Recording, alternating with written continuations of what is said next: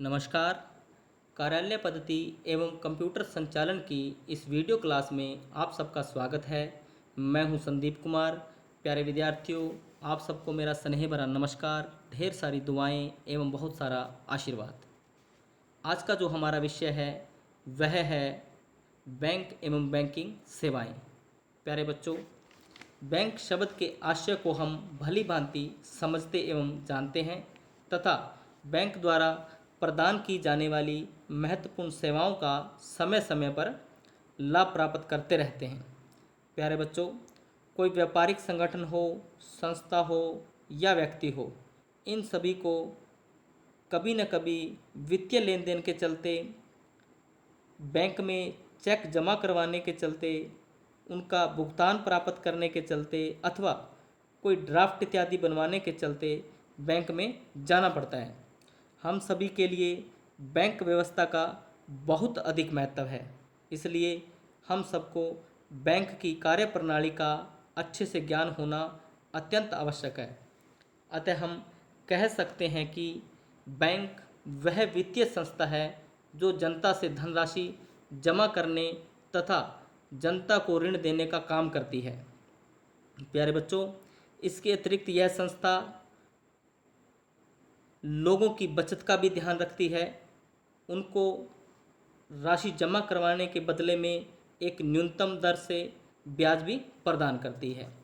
इसलिए लोग सुरक्षा की दृष्टि अथवा ब्याज प्राप्त करने के चलते इन वित्तीय संस्थाओं में राशि जमा करवाते हैं और आवश्यकता अनुसार समय समय पर निकालते रहते हैं। तो कुल मिलाकर हम कह सकते हैं कि ऋण देना और विनियोग के लिए सामान्य जनता से राशि जमा करना और फिर चेकों, ड्राफ्टों तथा आदेशों द्वारा मांगने पर उस राशि का भुगतान करना बैंकिंग व्यवसाय कहलाता है और इस व्यवसाय को करने वाली संस्था बैंक कहलाती है। प्यारे विद्यार्थियों, राशि जमा रखने तथा ऋण प्रदान करने के अतिरिक्त बैंक अन्य कई तरह की सेवाएं अपने ग्राहकों को उपलब्ध करवाता है। इसमें हम कह सकते हैं कि सुरक्षा के चलते लोग अपने आभूषण या अन्य कई बहुमूल्य वस्तुएं जमा करवाते हैं। बैंक उनके ग्राहकों के चेकों का संग्रहण करता है, व्यापारिक बिलों में कटौती का काम करता है, एजेंसी का काम भी करता है और गुप्त तरीके से ग्राहकों की आर्थिक स्थिति की जानकारी भी उपलब्ध करता है।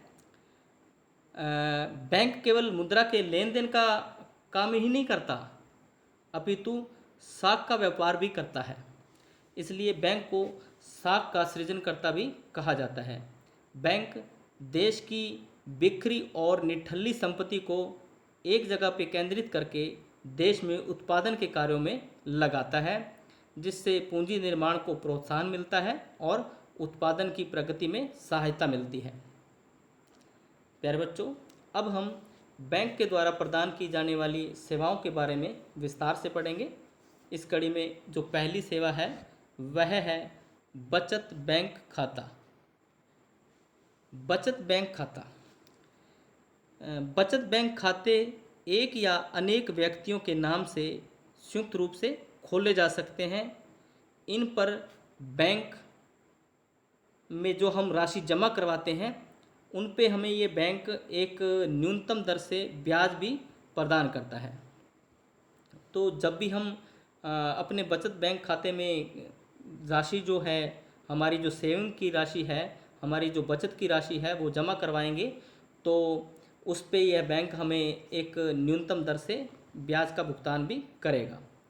तो इसी कड़ी में अगली जो सेवा है वह है म्यादी जमा, जिसको कि फिक्स डिपॉजिट भी बोलते हैं।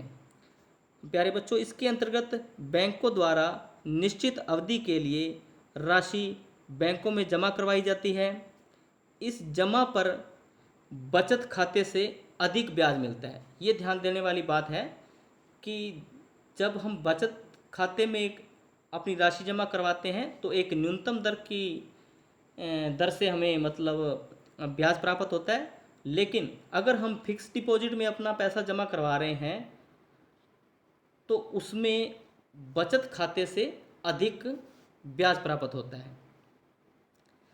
इसमें जो पहले पैसा जमा करवाने की अवधि रहती थी वह 91 दिन से अधिक की रहती थी, लेकिन आजकल जो यह अवधि है वह कम से कम 7 दिन और 7 दिन से ऊपर कितनी भी हो, तो यह निश्चित कर दी गई है। तो इसका जो ब्याज का भुगतान है वह भी एक स्लैब के अकॉर्डिंग ही दिया जाता है। इसमें 7 दिन से 3 महीने तक, 3 महीने से 1 साल तक या 1 साल से अबोव उनमें एक स्लैब बना दी गई है। उसके अकॉर्डिंग सभी ग्राहकों को ब्याज मिलता है। तो हम कुल मिला के कह सकते हैं कि अलग अलग अवधि के लिए ब्याज दर अलग अलग होती है। इस खाते में पासबुक के स्थान पर बैंक द्वारा जमा की गई रसीद दी जाती है।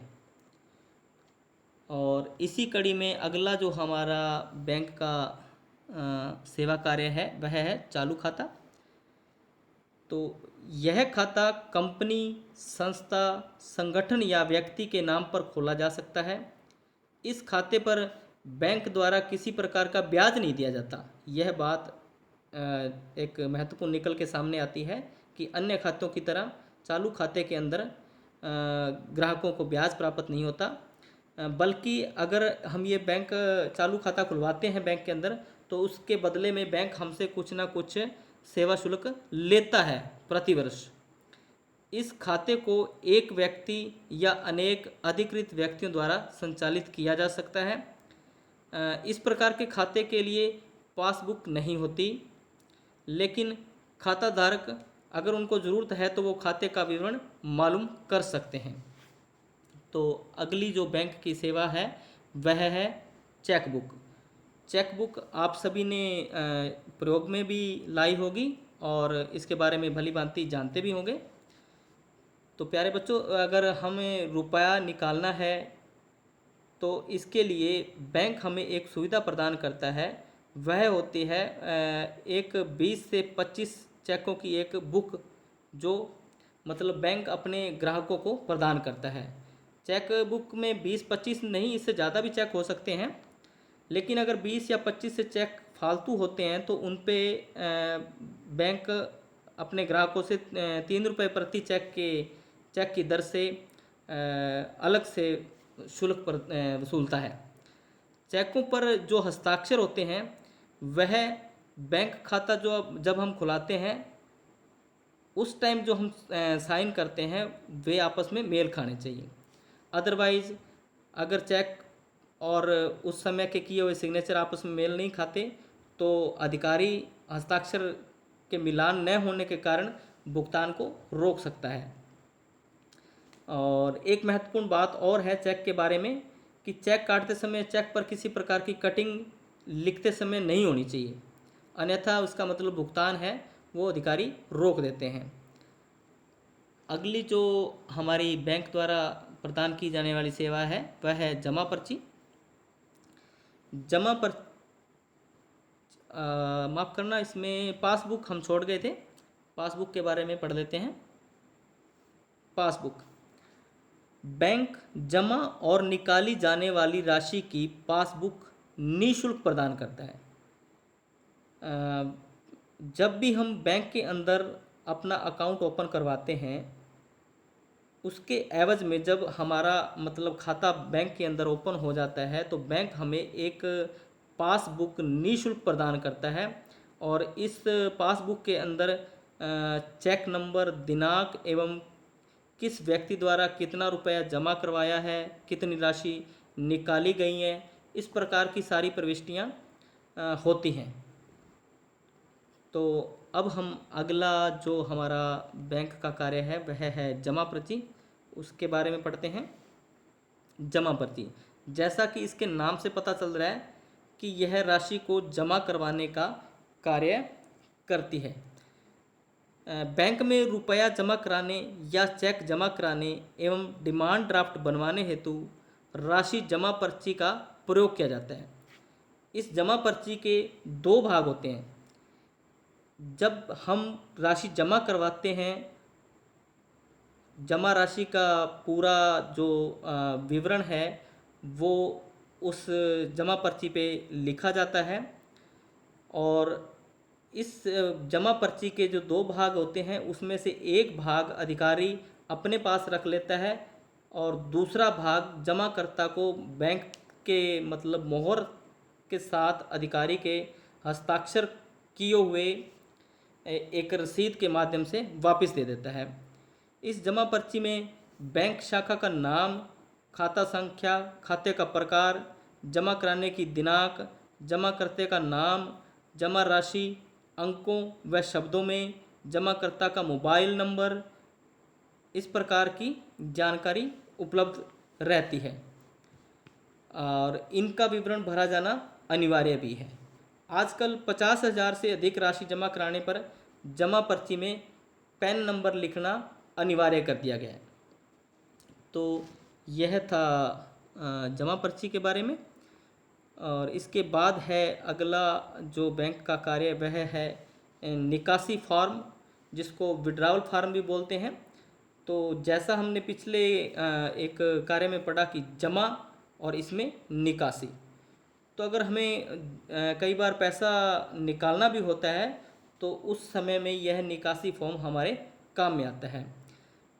तो विस्तार से थोड़ा पढ़ते हैं। बैंकों में रुपया निकालने हेतु निकासी फार्म का प्रयोग किया जाता है। इस फार्म में शाखा का नाम, राशि निकालने वाले का नाम, खाता संख्या, दिनांक एवं राशि जो निकालनी है उसकी वैल्यू भरी जाती है। साथ ही खाता धारक के हस्ताक्षर जो कि आगे व पीछे दोनों साइड लिए जाते हैं, वह एक हस्ताक्षर जो कैशियर है वो अपने सामने खाता धारक से करवाता है ताकि वह इस चीज़ का मिलान कर सके कि क्या हस्ताक्षर खाता धारक के ही हैं या किसी अन्य के। तो ये कुछ एक महत्वपूर्ण सेवाएं थी जिनके बारे में हमने इस अध्याय में पढ़ा। तो अगले अध्याय में हम बाकी जो शेष अन्य सेवाएं रह गई हैं उनके बारे में पढ़ेंगे। तो आप लोगों का बहुत बहुत धन्यवाद।